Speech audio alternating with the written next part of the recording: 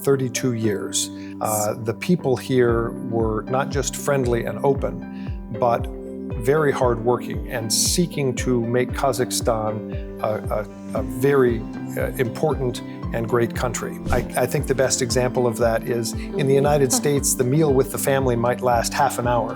In Kazakhstan, a meal is not less than 3 hours. So people, I tell them, the United States, come to Kazakhstan, you're going to the Garden of Eden. Did you taste traditional Kazakh food like bishbarmak, kaze? There are now some Kazakhstani restaurants in the United States. This June, I will be working on a project to bring youth triathlon to Kazakhstan.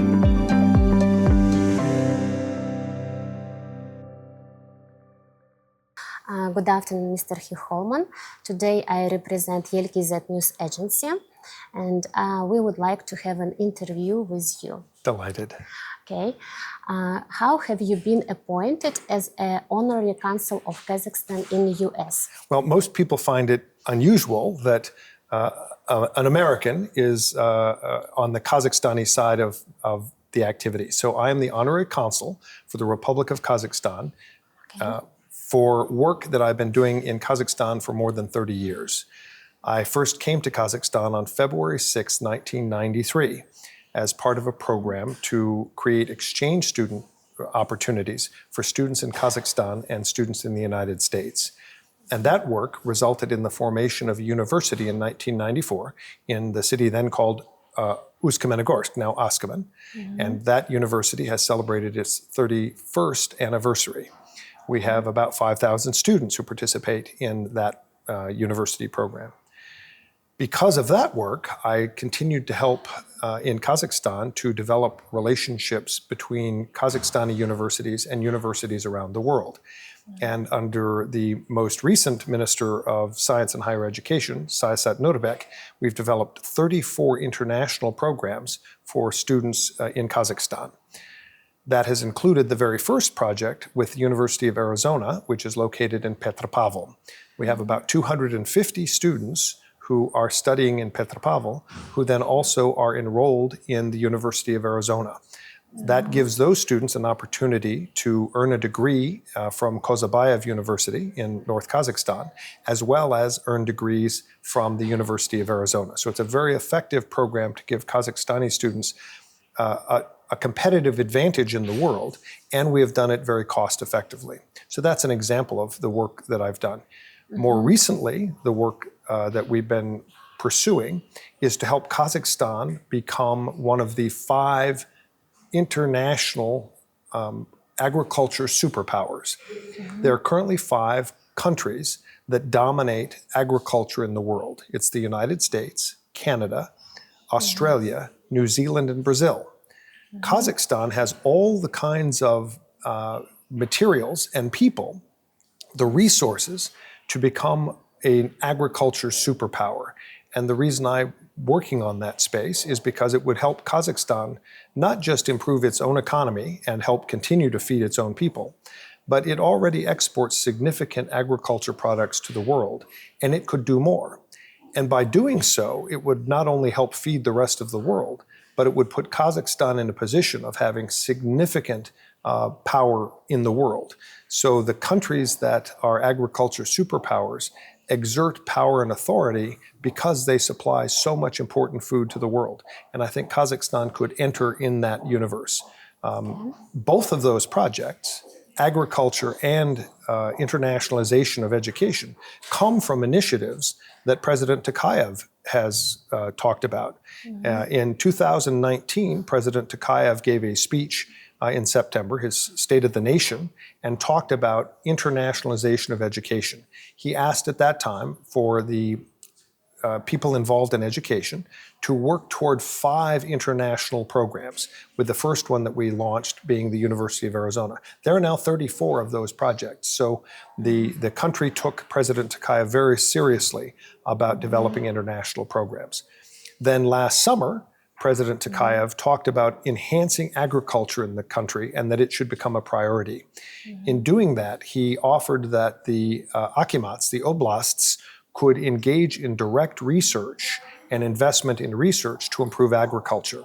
So we have launched with the Ministry of Science and Higher Education and the governors of North Kazakhstan, Akmala and Kostanay, an effort to begin research that will help Kazakhstan improve its agricultural yields, grow more crops, and improve the results of its efforts. All of that is targeted toward improving Kazakhstan's economy and helping it continue to move and advance in the world to a higher level of authority and assistance. Okay. I told you I would answer. Yes, thank you. Okay, and what are your impressions of visiting Kazakhstan? So I have continued to come to Kazakhstan now for 32 years. I fell in love with Kazakhstan when I first came in 1993. The people here were not just friendly and open, but very hardworking and seeking to make Kazakhstan a very important and great country. I saw people and met people here who want this country to succeed in the world, not in the way that some countries do by threatening their neighbors or using nuclear weapons or threatening them. In fact, one of the first initiatives that President Nazarbayev undertook was to get rid of the nuclear weapons in Kazakhstan. Working with the United States, President Nazarbayev asked that all the nuclear weapons be removed from Kazakhstan. That's an unusual thing to do, but it demonstrated the desire to make Kazakhstan great, not by being a threat to the world, but by adding value to the world. And President Tokayev has continued exactly that kind of approach. His efforts to help bring peace in the world, to bring peace to the Middle East, and even now to help bring peace between Russia and Ukraine, I think stand as great examples of leadership that brings Kazakhstan to the world stage. And so all of these efforts tie back to the leadership that this country has developed. And my desire to be here is because the people of Kazakhstan have selected such leaders who want this country to succeed by being great, not by being threatening. And that Kazakhstan has developed a strong economy, that its people enjoy greater freedoms than most around the world, are examples of the direction that Kazakhstan is going and why I fell in love with Kazakhstan. Okay. And what surprised you most about Kazakhstan or Kazakhstanis? What I think surprises me most is that Kazakhstan's culture continues to carry the ancient threads that have existed here for thousands of years. The Kazakhstani culture is based in family and friends, and that still is sustained is important. That's not typical in the world anymore, that Kazakhstanis first are committed to their families and then to their friends and immediate relations. I think the best example of that is in the United States, the meal with the family might last half an hour.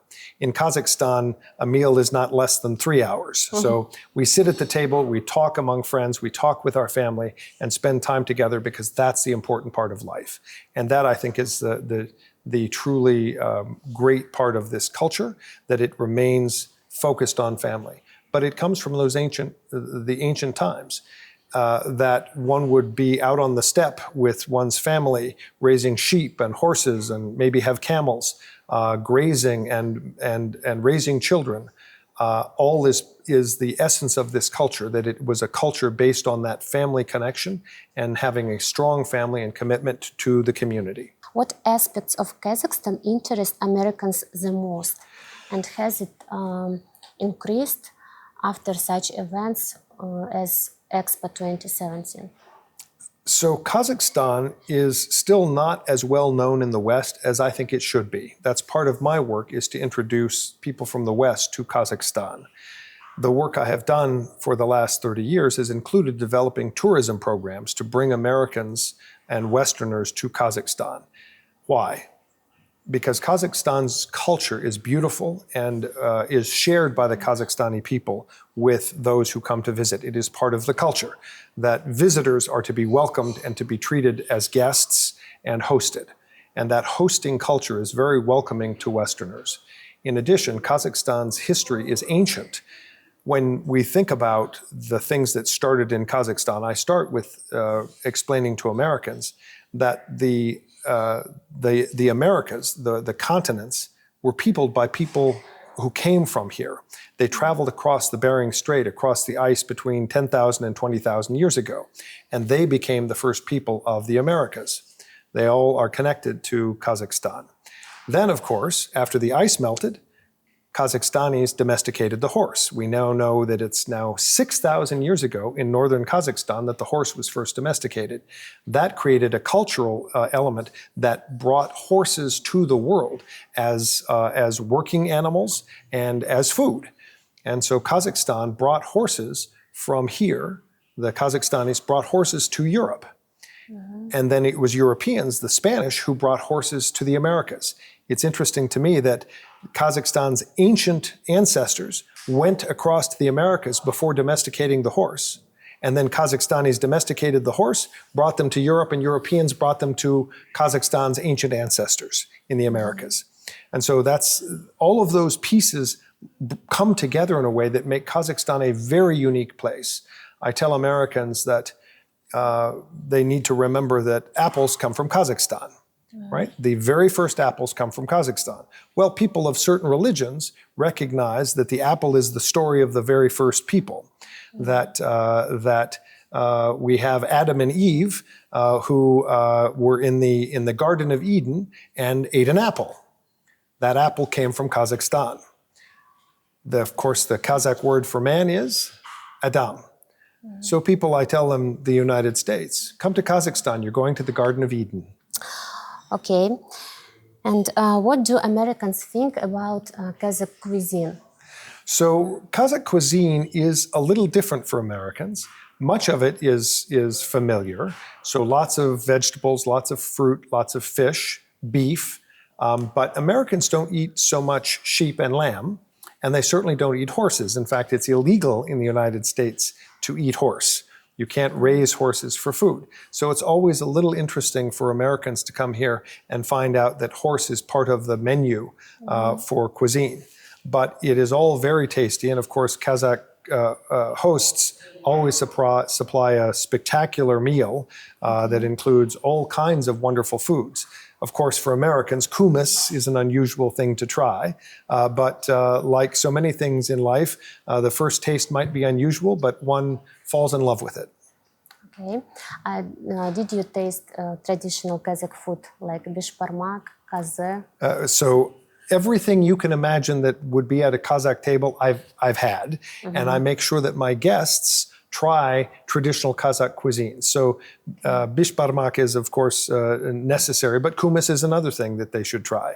And occasionally, they will be presented as an honored guest, a sheep's head, to understand the ancient tradition of that animal and how it has impacted Kazakhstan.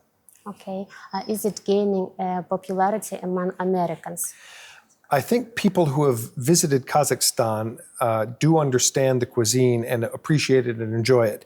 There are now some Kazakhstani restaurants in the United States. Mostly people who go are from Central Asia and who appreciate the cuisine, but it is getting increasing numbers of people to enjoy and appreciate the Kazakh cuisine. Are there Kazakh restaurants in America? There are. So, in fact, we've now discovered that a restaurant group from Kazakhstan has opened a restaurant in New York where one can get a very fine Kazakhstani meal. How might U.S. policy toward Kazakhstan change under the Donald Trump administration? I think President Trump is very interested in developing stronger relationships with countries that are not Russia, China, Iran, and North Korea. He is working diligently to create new connections for the United States. It will be hard to tell exactly what President Trump is going to do in any particular situation. Certainly, I know it's of concern that Kazakhstan has been added to the countries that will be subject potentially to tariffs. My expectation is that as relationships develop and conversations take place between the countries, that those issues will be resolved favorably for everyone. Okay. My hope is that Kazakhstan will continue to develop its relationship with the United States. So I come from the state of Arizona, which has had an official relationship with Kazakhstan for 31 years. We have military-to-military relationship. the Arizona National Guard has official relationships with the Kazakhstani military, and we exchange information, and our military come to Kazakhstan on regular occasion, as do the military from Kazakhstan go to the United States. So my state is specifically involved in developing the relationship with Kazakhstan. Okay.